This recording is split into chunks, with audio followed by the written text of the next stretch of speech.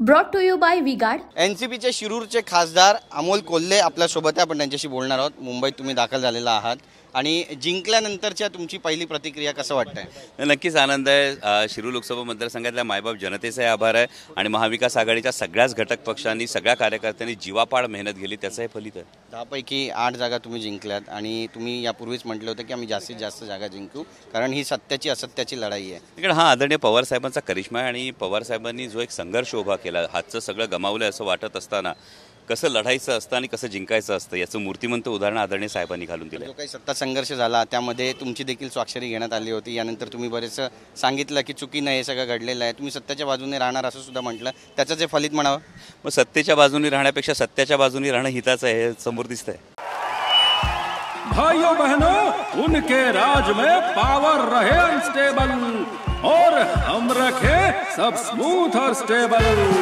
हमारा नेता कैसा हो जो स्टेबल पावर दे वैसा हो। अब की बार वी गार्ड एसी स्टेबलाइजर का चमत्कार।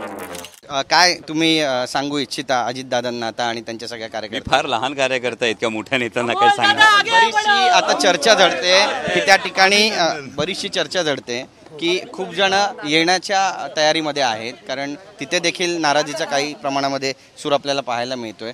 त्यामुळे तुमच्या कोणी संपर्कात आहे का? नाही, माझ्या तरी कोणी संपर्कात नाही आणि या संदर्भामध्ये पक्षश्रेष्ठी आता काय निर्णय होतो तो बघणं महत्त्वाचं राहील। उनका बैकअप सिर्फ कल तक और हमारा चांद तक। हमारा नेता कैसा हो जो नॉन स्टॉप बैकअप दे वैसा हो। अब की बार वी गॉट इन्वर्टर बैटरी का चमत्कार। शिरूरच्या जनतेसाठी कोणकोणती कामं करणार आहात, कशा पद्धतीनं तुम्ही संसदेमध्ये त्यांचे प्रश्न उपस्थित करणार, यंदा कोणती कविता सादर करणार?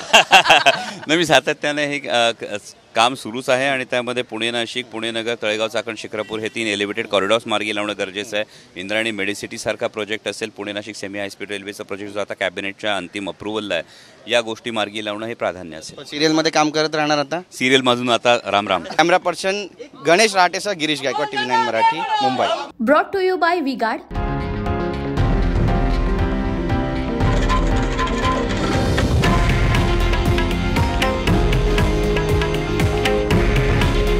हे आहे देशातील नंबर 1 न्यूज नेटवर्क आणि आपण पाहत आहात TV9 मराठी।